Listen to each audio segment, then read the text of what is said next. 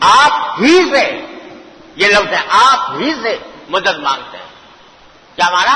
کہ آپ کے سوا کسی سے نہیں مانگتے مدد. یہاں سوال یہ پیدا ہوتا ہے کہ ہم تو دنیا کے اپنے کاموں میں پتہ نہیں کن کن لوگوں سے مدد مانگتے ہیں. بیمار ہو گئے تو ڈاکٹر سے مدد مانگتے ہیں کہ بھئی ہمارا علاج کر دو. بے روزگار ہیں تو کسی آدمی سے مدد مانگتے ہیں کہ مجھے روزگار دلا دو. کوئی اور مسئلہ پیش آ گیا ہے تو اس کے اندر انسانوں سے مدد مانگتے ہیں، بھئی مجھے فلاں چیز خریدنی ہے، میری مدد کر دو، مجھے راستہ بتا دو، کہاں جاؤں، وغیرہ وغیرہ. تو دل میں خیال یہ ہو سکتا ہے کہ ہم تو دنیا میں پتہ نہیں کن کن سے مدد مانگتے رہتے ہیں دن رات.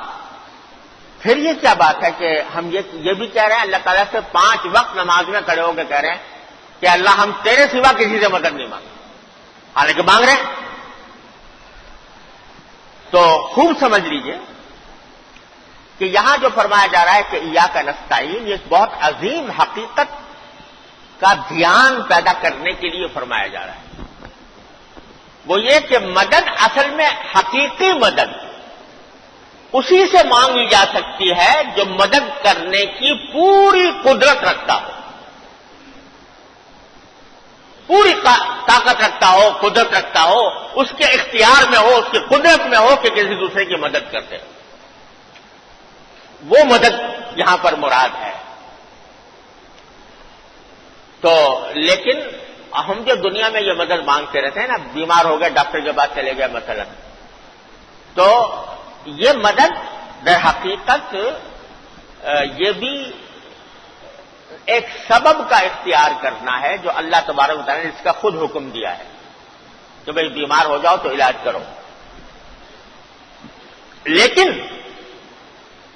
یہ اعتقاد ہر آن ہر لمحے دل میں ہونا چاہیے کہ ہم جا تو رہے ہیں ڈاکٹر کے پاس، اس لیے جا رہے ہیں کہ اللہ تعالیٰ نے فرمایا کہ بھئی علاج کرو، لیکن شفا دینا اس کا کام نہیں،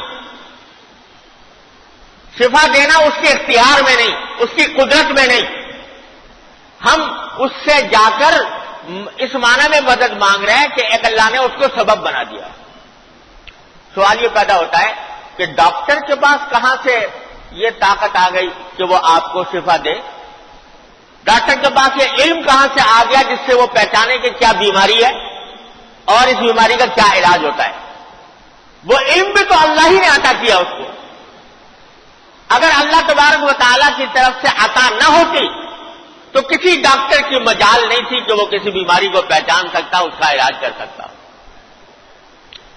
اور جو دوا اسے تجویز کی کہ یہ دوا کھا لو اس سے تمہیں آرام ملے گا، تو اس دوا میں تاثیر کس نے پیدا کی ہے؟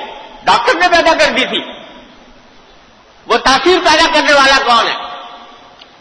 لہذا جب کسی ظاہری سبب کو اختیار کرو تو ساتھ میں یہ سمجھو، یہ دل میں تمہارے یہ احساس بیٹھا ہوا ہونا چاہیے کہ اس چیز میں بذات خود نہ کوئی تاثیر ہے، نہ اس کے اندر طاقت ہے، نہ اس کے اندر قدرت ہے کہ میری مدد کر سکے، لیکن تاثیر اور مدد اور قدرت جو ہے وہ تمام تر اللہ جل جلالہ کی ہے.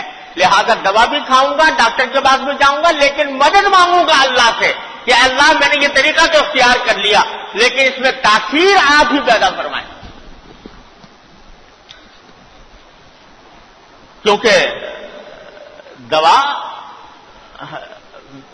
آپ نے اس بات کا تجربہ کیا ہوگا، اور ہم لوگ تو کیا تجربہ کریں گے، ہم تو ڈاکٹری واکٹری جانتے نہیں.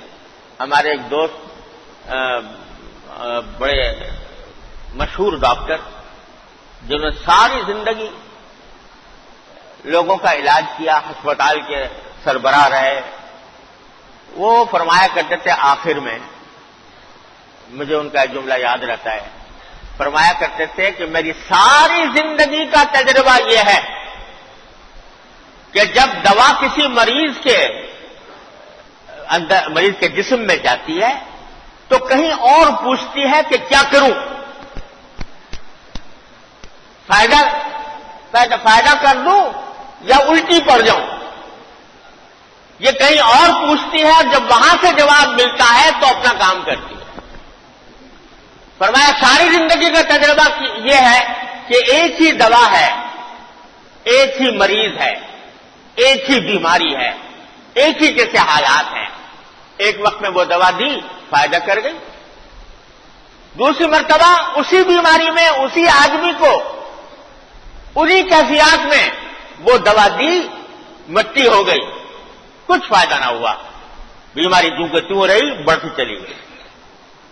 تو فرماتے تھے کہ میری ساری زندگی کا تجربہ یہ ہے کہ یہ ساری دوائیں جتنی بھی ہیں یہ کہیں اور سے ان کا نظام چل رہا ہے، وہ پیٹ میں جانے کے بعد کہیں اور پوچھتی ہیں کہ یا اللہ میں کیا کروں، اس کا فائدہ کروں یا الٹا نقصان پہنچ دوں۔ تو اس لیے جو بھی سبب ہم اس دنیا میں اختیار کرتے ہیں وہ اس میں یہ سبب اختیار کرنا ہے، حقیقی مدد جو ہے وہ سوائے اللہ کے کسی اور سے نہیں مانگی جاتی۔ تو تنبیہ یہ کی جا رہی ہے کہ جب تم ان اسباب کو اختیار کرو تو ساتھ میں ذرا دھیان کر لیا کرو کہ یہ اسباب کچھ بھی نہیں ہے، جب تک کہ مسبب جو ان اسباب کا پیدا کرنے والا ہے، جس کے ہاتھ میں قدرت ہے، جس کے ہاتھ میں طاقت ہے، جب تک وہ تاثیر پیدا نہیں کر دے گا کچھ بھی نہیں ہوگا۔ لہذا مدد اصل میں اسی سے مانگنی ہے، دوا کرو اور مدد مانگو، یا اللہ دوا تو کھا رہا ہوں، اپنی رحمت سے اس کے اندر تاثیر پیدا فرماتی، یا اللہ باہر نکل تو رہا ہوں روزگار کی تلاش میں، لیکن اے اللہ آپ ہی اپنی رحمت سے مجھے روزگار عطا فرما دیجیے، یا اللہ تجارت کے لیے دکان کھول کر تو بیٹھا ہوں لیکن اس میں گاہک بھیجنا اور اس کے اندر نفع دینا یہ آپ کی قدرت میں ہے، اے اللہ آپ ہی عطا فرمائیے۔ لہذا یہ ساری مددیں جو ظاہر دنیا میں ہم مانگ رہے ہیں یہ محض اسباب ہیں، لیکن حقیقی مدد سوائے اللہ تبارک و تعالیٰ کے کسی اور سے نہیں مانگی جا سکتی۔ کبھی یہ اعتقاد نہ کرنا کہ اس دوا میں تاثیر ہے، اس سبب میں تاثیر ہے، تاثیر اللہ کی دی ہوئی ہے، جب تک کہ اللہ تبارک و تعالیٰ عطا نہیں فرمائیں گے اس وقت تک کبھی تاثیر پیدا نہیں ہوگی۔ یہ جاہلیت کے زمانے جاہلیت میں یہ عقیدے پھیلے ہوئے تھے کہ فلاں چیز جو ہے وہ اس میں بذات خود یہ تاثیر ہے کہ وہ یہ کام کر بیٹھے گی، فلاں ستارہ نکل آئے گا تو بارش ہوگی۔ تو یہ ان کے ہاں ایک عقیدہ تھا کہ فلاں ستارہ جس وقت نکلے گا تو بارش ہوگی، اور بارش جو ہے وہ براہ راست اس ستارے سے وابستہ ہے، وہ ستارہ ہے جو بارش بھیجتا ہے۔ تو آج ایک مرتبہ نبی کریم صلی اللہ علیہ وسلم غزوہ حدیبیہ کے موقع پر صبح کے وقت میں نماز فجر کے بعد دیکھا کہ ہلکی ہلکی بارش ہو رہی تھی، تو آپ نے نماز کے بعد صحابہ کرام سے خطاب کرتے ہوئے فرمایا کہ آج اس بارش میں ہمارے انسانوں کے دو فریق ہو گئے ہیں، یعنی ایک فریق وہ ہے جو یہ کہتا ہے کہ ہمیں بارش ستارے نے دی، اور ایک فریق وہ ہے جو یہ کہتا ہے کہ ہمیں تو بارش اللہ نے اپنی رحمت سے عطا فرمائی۔ تو بارش سے دونوں فائدہ اٹھا رہے ہیں، لیکن پہلے والا جو ہے وہ اس بارش کے نتیجے میں کفر میں جا رہا ہے، شرک میں جا رہا ہے، کہہ رہا ہے کہ ستارے نے مجھے بارش دی، اور دوسرا فریق جو ہے وہ اللہ تبارک و تعالیٰ کی قدرت پر، اس کی رحمت پر ایمان لا رہا ہے، لہذا اس بارش کے نتیجے میں اس کے نام اعمال میں اضافہ ہو رہا ہے۔ تو جو کوئی بھی واقعہ پیش آئے تو مانگو، اللہ سے مانگو کہ یا اللہ آپ عطا فرمانے والے، جو ظاہری اسباب ہیں بے شک اختیار کر لو، لیکن دینے والا سوائے اللہ کے کوئی اور نہیں، ظاہری اسباب کو اختیار کرنا۔ اسی میں یہ پہلو بھی آتا ہے کہ ظاہری اسباب جو ہیں وہ زندوں سے تو اختیار کیے جا سکتے ہیں، کہ آدمی بیمار ہے ڈاکٹر کے پاس چلا گیا، اس سے دوا لے لی، ایک سبب اختیار کر لیا، لیکن جو دنیا سے جا چکے، کوئی ڈاکٹر مر گیا فرض کرو، بڑا ماہر اور بڑا حاذق طبیب تھا، ہزاروں لوگوں نے اس سے فائدہ اٹھایا، ہزاروں لوگوں نے علاج کیا، اللہ نے فائدہ عطا فرمایا، جب دنیا سے چلا گیا تو اب آپ اس سے مدد مانگو. اس سے کہو بھائی ڈاکٹر صاحب، فلاں ڈاکٹر صاحب میری بیماری کے لیے کوئی دوا کر دیجیے. تو یہ ہو نہیں سکتا، اس واسطے کہ دنیا سے جا چکا. جب دنیا میں تھا تو اس کو سبب بنایا تھا اللہ تبارک و تعالیٰ نے، اور اس سے آپ مدد اس معنی میں مانگ سکتے تھے کہ بھئی ایک ظاہری سبب ہے، اگرچہ تاثیر اللہ کی طرف سے. لیکن دنیا سے اٹھ جانے کے بعد، دنیا سے چلے جانے کے بعد پھر اس کا کوئی کردار دنیا میں باقی نہیں رہا، اس واسطے اسے نہیں مانگ سکتے.